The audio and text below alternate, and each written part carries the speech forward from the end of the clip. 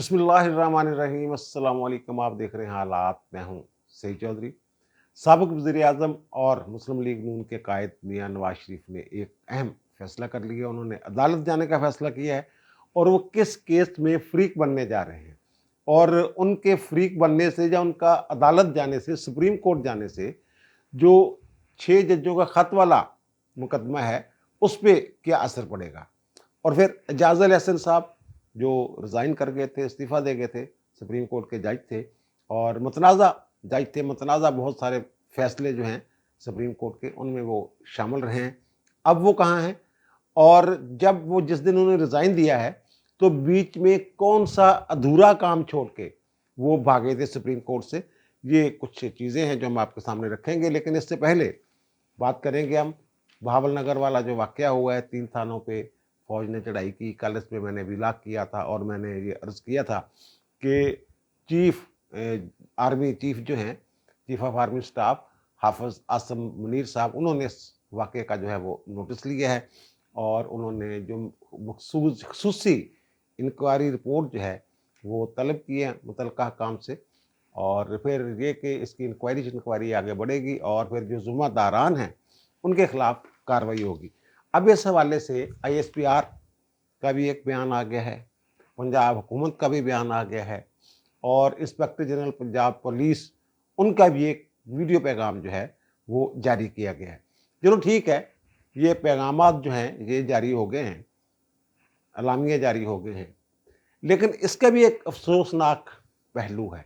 अफ़सोसनाक पहलू ये है, जो मैं समझता हूँ अपनी दानिश्त में, वो मसला ये है कि ये वाक़या जब हुआ है उसके बाद सोशल मीडिया पे शोर मच गया।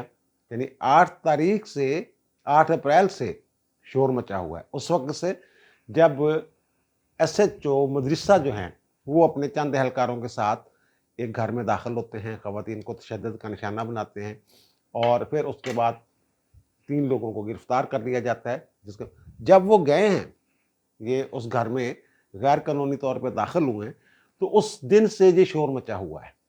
पहले पुलिस के खिलाफ और फिर उसके बाद वो जो एसएसजी के कमांडो थे ओकाड़ा में तैनात, जब उनके भाई को गिरफ्तार किया गया तो तब फिर जो आर्मी है वो एक्शन में आती है और एसएचओ और दीगर लोगों के खिलाफ मुकदमा दर्ज होता है।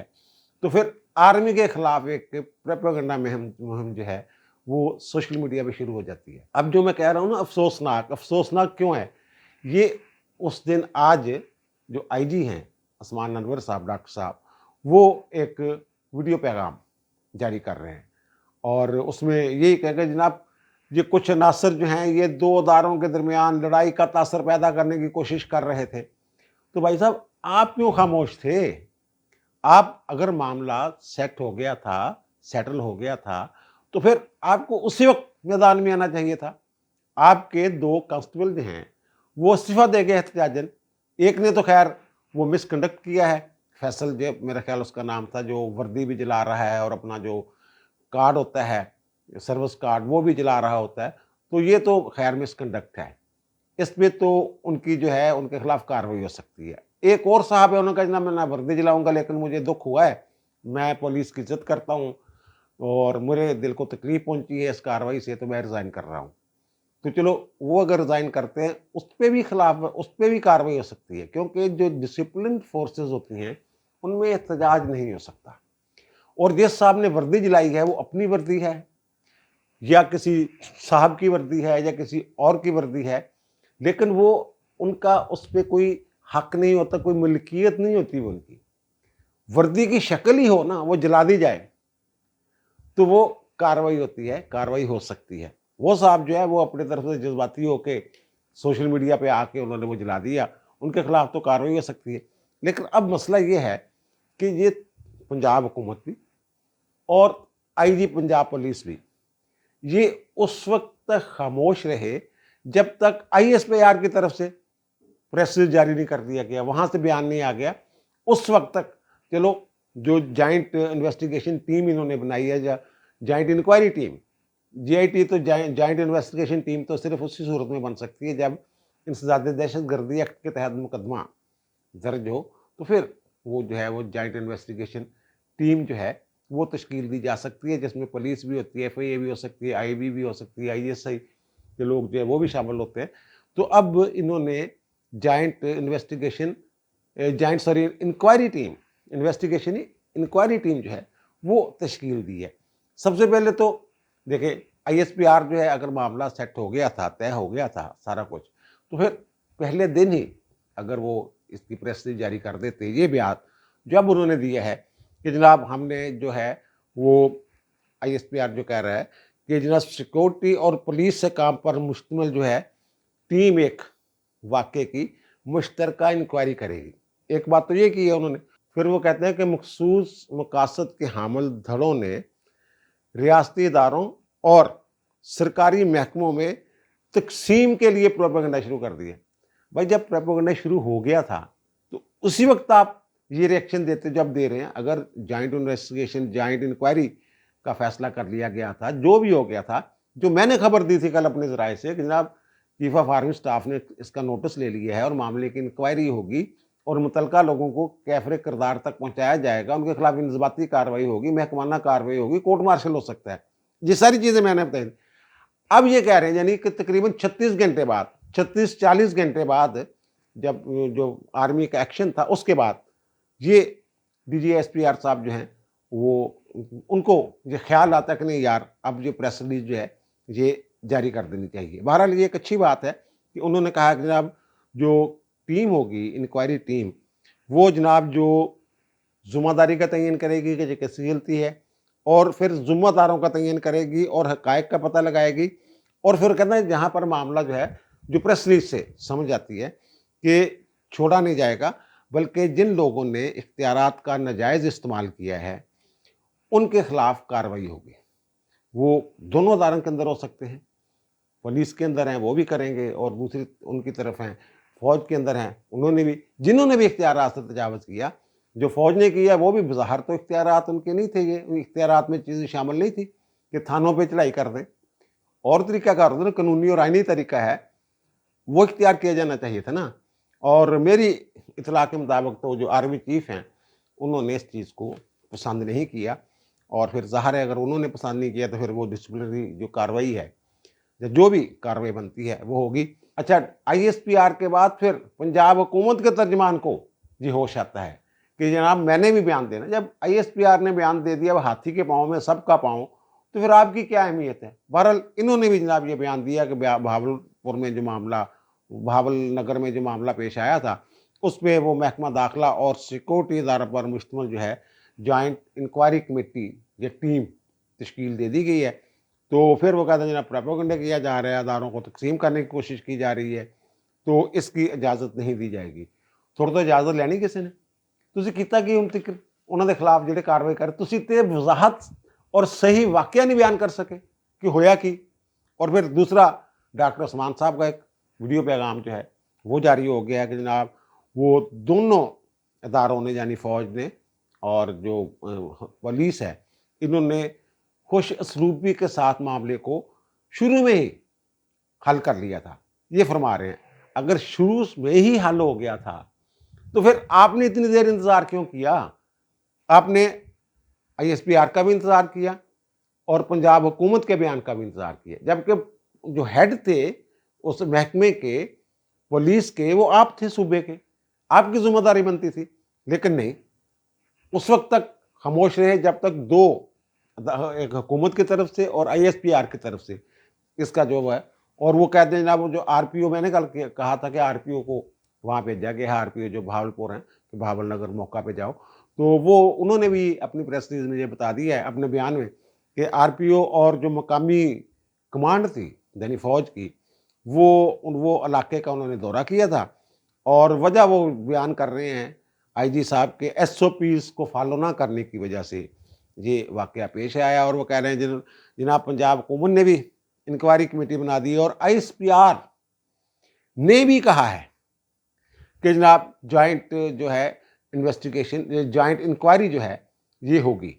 تو بہرحال وہ کہتے ہیں اس حوالے سے جو قانون ہے، جو قانونی تقاضے ہیں ان کو پورا کیا جائے گا۔ بہرحال یہ ٹھیک ہو گیا، اچھا ہو گیا، معاملہ جو ہے اپنے منطقی انجام کی طرف بڑھتا ہوا نظر آ رہا ہے۔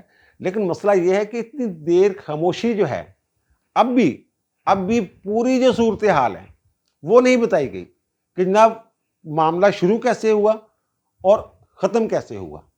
ख़त्म इस पे तो ये बता रहे हैं कि जनाब जो आरपीओ है, रीजनल पुलिस ऑफिसर, वो पहुंचे हैं और जो फौज के अफसरान हैं, मुकामी जो कमांड थी वो वहाँ पहुंची है और फिर मामला जो है वो उन्होंने आपस में सेटल करवा दिया। जो भी हुआ वो तय हो गया मामला। लेकिन ये नहीं बता रहे कि शुरू में और दरमियान में होता क्या, पुलिस कहाँ झूठ बोल रही है, कहाँ झूठी एफआईआर दर्ज हुई है, कहाँ सच्ची एफआईआर दर्ज हुई है। अब ये भी देखने वाली चीज़ है कि जो जनाब थाना मदरसा के उस वक्त एसएचओ थे, जिन्होंने ये छापे छुपे मारने शुरू किए थे, उनकी अमूमी शोहरत कैसी है। इनको तो पता होना चाहिए डॉक्टर उस्मान साहब को, कहीं वो ईदी बनाने के चक्करों में तो नहीं पड़े हुए थे। 8 तारीख का ये वकूआ है पहला, जब वो छापा मारते हैं घर में और ख़वातीन को ज़दोकोब करते हैं, उसकी वीडियो सामने आती है। तो उस पर आपने क्या एक्शन लिया था? वैसे ये भी सोचने वाली बात है कि 8 तारीख के वकूए पे आपने क्या एक्शन लिया था? वो कहीं ईदी बनाने के चक्करों में तो नहीं पड़े हुए थे। जिस इलाके में वो थाना वाक़या है, वहाँ के लोग जानते होंगे इस बात को कि वहाँ तो जनाब ईदी इकट्ठी करने का बड़ा रिवाज है कि एक बंदे को उठाया, 20,000 लिया, छोड़ दिया, दूसरे को उठाया, 40,000 लिया, छोड़ दिया। कोई इस तरह का मामला भी हो सकता है और फिर गलत जगह पे हाथ पड़ गया। बहरहाल अल्लाह करे कि मुस्तक़बिल में ऐसे वाक़यात जो हैं वो रुक जाएँ और इनको जो सीधा रखना है पुलिस वालों को, ये तो आईजी साहब का काम है। लेकिन यहाँ बड़ी ही लचकती हुई है बहुत सारे मामलात में आईजी साहब ने। और दूसरी खबर ये है कि मियाँ नवाज शरीफ ने ईद से चंद रोज़ पहले अफ्तारी पे बुलाया कुछ सहाफ़ियों को, जिनमें मुजीबुर रहमान शामी साहब भी थे, फिज़ुर नियाज़ी साहब भी थे और सलमान गनी साहब भी थे। तो वहाँ जो बातें हुई, वहाँ नवाज शरीफ साहब ने एक बात से उन्हें आगाह किया। ये इस बात के जो रावी हैं ये सलमान गनी साहब हैं। वो ये कह रहे हैं कि उन्होंने ये बताया कि जो 6 जजों ने ख़त लिखा है, इस्लामाबाद हाई कोर्ट के 6 जजों ने सुप्रीम कोर्ट को, और फिर उस पे अज़ खुद नोटिस हो गया हुआ है और कार्रवाई शुरू है और 30 अप्रैल को उसकी समाअत होने वाली, और जो तहरीरी फ़ैसला है वो उसकी वेबसाइट जो है सुप्रीम कोर्ट की वेबसाइट पे तो जारी नहीं हुआ, लेकिन वो बाहर आ गया, लीक हो गया कह लें। जो भी हुआ उस पे मैं बात कर चुका हूँ कि कौन उसका ज़िम्मेदार हो सकता है। तो वो ये कह रहे हैं कि जनाब मैं उसमें फ़रीक बनने के लिए दरख्वास्त दे रहा हूँ। यानी मियाँ नवाज शरीफ साहब जो हैं वो सुप्रीम कोर्ट से रिव्यू कर रहे हैं। ये जो 6 जजों ने ख़त लिखा है कि जनाब जो एजेंसियाँ हैं, आईएसआई के सेक्टर कमांडर हैं, वो हमारे साथ मुलाकात की कोशिश कर रहे थे। वो कहते हैं टेरियन केस से वो मामला जो है वो शुरू हुआ था। ये मई 2023 के इर्द-गिर्द जो है वो सारा जनाब वो को हमें दोस्तों के ज़रिए और रिश्तेदारों के ज़रिए राब्ता करने की कोशिश कर रहे थे, मुलाकातों की कोशिश कर रहे थे, डायरेक्ट इनडायरेक्ट इस तरह की बातें शायद उसमें की हुई हैं। और मोहसिन कैनी साहब के ब्रदर-इन-लॉ को जनाब उठा लिया गया। वो पता नहीं किसने उठाया और उन्होंने कहा जनाब आईएसआई के लोग हैं हम। और फिर वो एक जज साहब के वो जहाँ वो शिफ्ट हो रहे थे मौसम गर्मा की छुट्टियों में, तो वहाँ से निकल आए वो कैमरे-शैमरे। तो वो उसमें और वो उन्होंने जो बुनियाद बनाया अपने ख़त को इन जज साहबान ने, वो शौकत सिद्दीकी साहब वाले मामले पे। उन्होंने कहा जनाब वो जो उनके साथ हुआ तो उसी तरह का हमारे साथ हो रहा था, राब्ते-शाब्ते करने की कोशिश। तो वो अब ये कह रहे हैं, मियाँ नवाज शरीफ साहब के हवाले से ये खबर सामने आई है कि मियाँ नवाज शरीफ साहब ने कहा है कि वो सुप्रीम कोर्ट से रिव्यू कर रहे हैं और जो 6 जजों का खत वाला केस है इसमें फ़रीक बनने जा रहे हैं। नवाज शरीफ भी अपनी जो मुमकिना दरख्वास्त है उसमें शौकत अज़ीज़ सिद्दीकी साहब वाले मामले को बुनियाद बना रहे हैं। वही शौकत अज़ीज़ सिद्दीकी साहब ने जब कहा था जनाब कि फैज़ हमीद मेरे पास आए थे और उन्होंने कहा था कि जनाब नवाज शरीफ को इलेक्शन से पहले बाहर नहीं आना चाहिए, यानी वो 25 जुलाई 2018 से पहले बाहर, वरना हमारी 2 साल की मेहनत ज़ाया हो जाएगी। और फिर उसकी बुनियाद पे उनके खिलाफ रेफरेंस बना और फिर उन्हें निकाल दिया गया और फिर के फैसले को सुप्रीम कोर्ट ने कलअदम कर दिया तकनीकी बुनियादों पे। तो वो अब ये चाहते हैं कि नवाज शरीफ साहब कि जनाब ये जज भी यही कह रहे हैं और शौकत अज़ीज़ सिद्दीकी साहब भी ये कह गए हैं और आपने भी उनको जो है वो उनकी जो बरतरफ़ी थी सुप्रीम जुडिशल काउंसिल के ज़रिए वो उसको आपने वो कलअदम कर दिया है। तो अब इस मामले की इंक्वायरी होनी चाहिए और तमाम सूरत हाल जो है ये ठीक है, जा रहे हैं सुप्रीम कोर्ट में, लेकिन मेरा मेरा अपना ख़्याल है और मेरी कुछ वकीला से भी बात हुई है कि उनका ये ख़्याल है कि नवाज शरीफ साहब को इस केस में फ़रीक नहीं बनना चाहिए।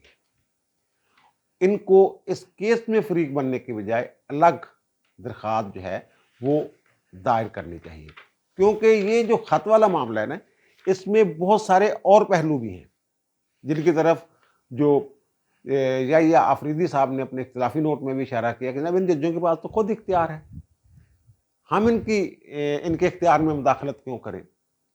اور پھر جس طرح صفائیاں دی ہیں اطہر منیلہ صاحب نے اپنے نوٹ میں، اضافی نوٹ میں 12 پیراگراف جو ہیں ان کے ساتھ وہ اختلاف کر رہے ہیں جو صرف پروسیڈنگ سے متعلقہ ہیں، اور پھر پہلی ہی پیشی پہ ایک فیصلہ جاری فرما رہے ہیں کہ جنہوں 12 ثبوت جو ہے وہ حکومت کے ذمہ، یعنی حکومت انتظامیہ یا ایجنسیاں جو ذمہ دار ہیں، جج ٹھیک کہہ رہے ہیں، یہ پہلے فیصلہ۔ میرا تو خیال ہے کہ ان کو جو اب بینچ میں شامل ہی نہیں ہونا چاہیے، اس پہ اعتراض کرنا چاہیے اٹارنی جنرل کو، جناب آپ نے تو اپنا ذہن جو ہے وہ بتا دیا کہ جناب آپ اس کیس میں کیا سوچ رہے ہیں، تو مزید پروسیڈنگ میں آپ کو نہیں بیٹھنا چاہیے۔ تو یہ اس طرح کا معاملہ وہ کہہ رہے ہیں جناب یہ جو کیس ہے یہ کسی اور طرف نکل جانا ہے، نواز شریف کو اس کیس میں فریق نہیں بننا چاہیے، نواز شریف کو الگ سے درخواست دینی چاہیے۔ ہاں اس میں اس خط کا ذکر کیا جا سکتا ہے، ان ججوں کا موقف جو ہے وہ اس کی بنیاد پہ، لیکن وہ دوسرا جو پہلو ہے اس کیس کا، وہ لوگ یہ کہہ رہے ہیں کہ جناب کچھ دوستوں سے بات ہو رہی تھی، وہ کہتے ہیں جناب ایسے کیس کا کوئی نتیجہ حاصل کرنے کے لیے کیس نہیں کیا جاتا، اگر یہ نواز شریف صاحب کرتے ہیں تو اس کا مقصد یہ ہوتا ہے کہ معاملات جو ہیں وہ ریکارڈ پر آ جائیں، ریکارڈ پر رہیں، اور پھر دوسری بات یہ ہے کہ جو ان کا بیانیہ تھا ووٹ کو عزت دو، وہ بھی زندہ ہو جائے گا اگر یہ سپریم کورٹ سے رجوع کرتے ہیں اس معاملے پہ۔ اور اب ایک خبر یہ ہے کہ جناب اعجاز علی حسن صاحب جو ریزائن کر گئے تھے، پہلے مظاہر علی نقوی صاحب نے ریزائن کیا اور پھر فوراً بعد ہی کچھ دنوں کے بعد وہ اعجاز علی حسن صاحب بھی ریزائن کر گئے، اور اعجاز علی حسن صاحب جو ہیں وہ اب پتہ یہ چلا ہے وہ چلے گئے آسٹریلیا، نکل گئے ہیں، اور وہ بالکل کندنے کے این لباں تے جا کے بچے نے۔ ان کے خلاف ریفرنس میں سپریم جوڈیشل کونسل کاروائی شروع کرنے والی تھی، شاید جس دن انہوں نے ریزائن دیا ہے اس سے اگلے دن نوٹس جاری ہو جاتے ہیں انہیں، اور وہ کیس کون سا تھا؟ وہ گرینڈ حیات، وہ جو ہوٹل والا کیس ہے وہی کیس تھا، اور اب وہ چلے گئے ہیں اعجاز علی حسن صاحب آسٹریلیا، اور ان کے بارے میں یہ پتہ چلا ہے کہ جناب مظاہر علی نقوی صاحب وہ بھی باہر جانے کے چکروں میں ہیں، اور میں بھی ابھی تک کوئی اطلاع نہیں ہے، میں بھی وہ کوئی ویزا ووزا لگ گیا ان کا۔ بہرحال یہ اعجاز علی حسن صاحب تو آسٹریلیا چلے گئے، اور یہ کب واپس آئیں گے یہ بھی کسی کو نہیں پتا، اور پھر جو خاموشی اختیار کیے ہوئے ہیں، لیکن خیال یہ کیا جا رہا ہے جو 6 ججوں والا خط ہے جو 6 ججوں نے اسلام آباد ہائی کورٹ والوں نے لکھا ہے، تو وہاں جو ذہن کار فرمایا ہے اس کی جو ڈوریاں ہیں وہ جا کے ملتی ہیں آسٹریلیا سے۔ بہرحال اسی لیے میں کہہ رہا ہوں کہ نواز شریف کو اس کیس میں فریق نہیں بننا چاہیے، کیونکہ یہ کیس کسی اور طرف نکل سکتا ہے۔ اور دوسرا جو یہ میں کہہ رہا ہوں کون سا ادھورا کام چھوڑ کے بھاگے تھے سپریم کورٹ سے، یہ ایک ریفرنس فائل ہوا تھا کسی شہری نے کیا، وہ گرینڈ حیات ہوٹل والا، آپ لوگوں کے علم میں ہے، وہ بڑا متنازع اور بڑا مشہور فیصلہ ہے۔ یہ کمپنی تھی بی این پی، 3 اس کے پارٹنر تھے، بعد میں ان میں آپس میں تنازع ہو گیا تھا تو پھر ایک پارٹنر رہ گیا تھا۔ اس کو ایک سی ڈی اے جو ہے کیپٹل ڈیولپمنٹ اتھارٹی، وہ 13 ایکڑ اراضی جو ہے وہ لیز پہ دیتی ہے، ان کو لیز پہ مل جاتی ہے۔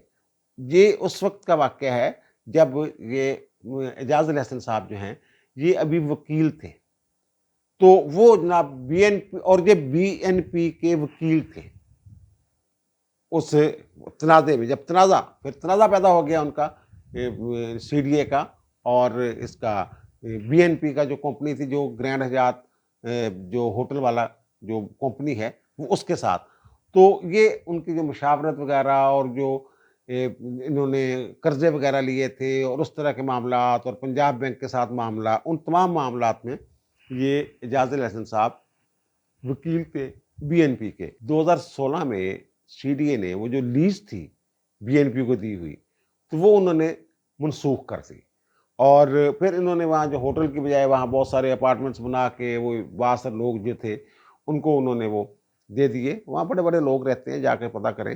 تو پھر جناب وہ ہائی کورٹ گئے، ہائی کورٹ نے وہ جو फैसला था CDA का उसको बरकरार रखा, बल्कि ना सिर्फ बरकरार रखा बल्कि मुतल्लिका लोगों के खिलाफ कार्रवाई का हुक्म दे दिया।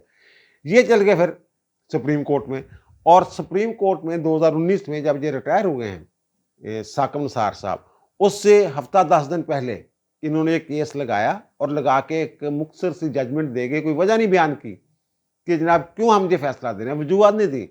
उसमें इजाज़त हसन साहब उनके साथ बैठे, 3 रुकनी बेंच था। एतराज़ किया गया इजाज़त हसन पे, तो साकम निसार ने कहा ना मैं जो बैठा हूँ, कुछ नहीं होता, ठीक है। तो फिर वे साथ बैठे, साइन किए, और फिर जो 17 अरब रुपए जो है जुर्माना किया उसको, और सारा कुछ जो है वो लीगलाइज हो गया। वजह नहीं बयान की कि कैसे लीगलाइज हो गया।